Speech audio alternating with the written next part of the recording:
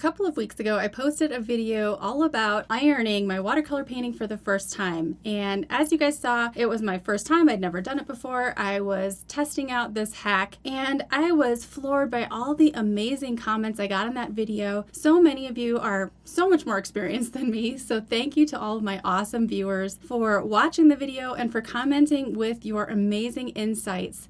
So today I thought I would do an updated version of this video showing you some of the best practices that were shared with me on that video in the comments. So I'm going to give this a second go with the same painting. As you'll recall, it didn't come out perfectly flat and that bothered me. So we're going to try this a second time. And the first thing I'm going to change is instead of ironing on this, oh yeah, now we've got a board, a perfectly flat board that we can iron on. So let's give this a try. Now, just like before, I need to put down some sheets just to protect the painting.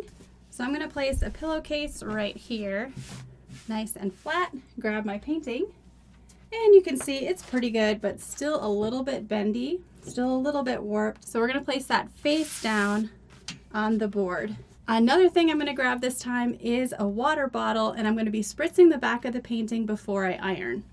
Several of my viewers in that last video commented that it's a good idea to spritz the top with water before ironing because this actually relaxes the cotton fibers. Michelle Annette said the same thing. She said, I do this method all the time, except I lightly spritz the backside with water first before ironing, and then afterwards I lay the painting under some heavy books before framing.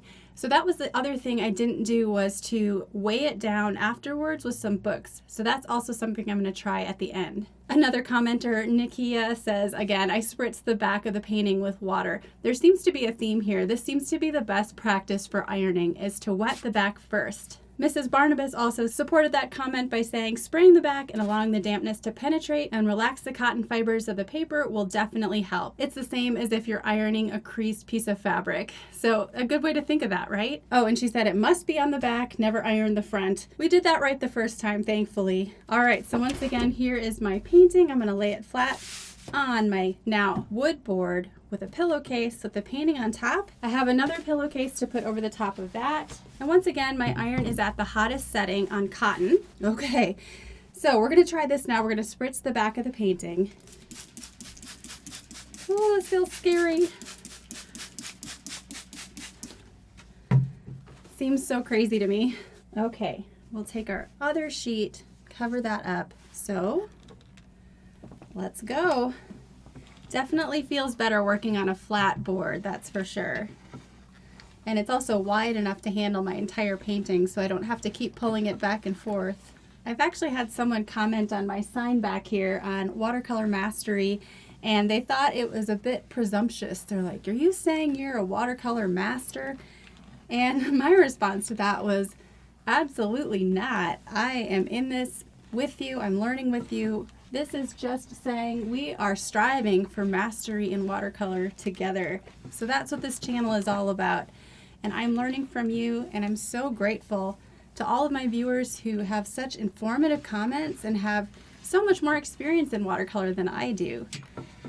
We are all learning from each other. So far it's responding really well, and one of my concerns with wetting the paper was that maybe it would bleed some of the paint out on the other side, and that's not happening at all. So if you're concerned about wetting the back of your paper, don't be. It will be just fine. Just don't wet the front of it. Awesome, so the last thing I'm going to do is cover this with some really heavy books. I've got some reams of paper that I think will do a good job. All my watercolor books, well, a few of them. All right, so we're going to let this sit overnight, and I will give you guys an update and show you how it looks after a full day under all the heavy books. All right, let's see. This is the big reveal. Oh, yes. That's so flat. This is ready to frame. I think this was a big success. Let me just say thank you again to all of my amazing viewers who take the time to watch my videos and to leave such helpful comments. I hope this revised video was helpful, especially if you maybe ran into issues like I did the first time where your paper wasn't completely straight. I appreciate you all so much. I'll see you in another video.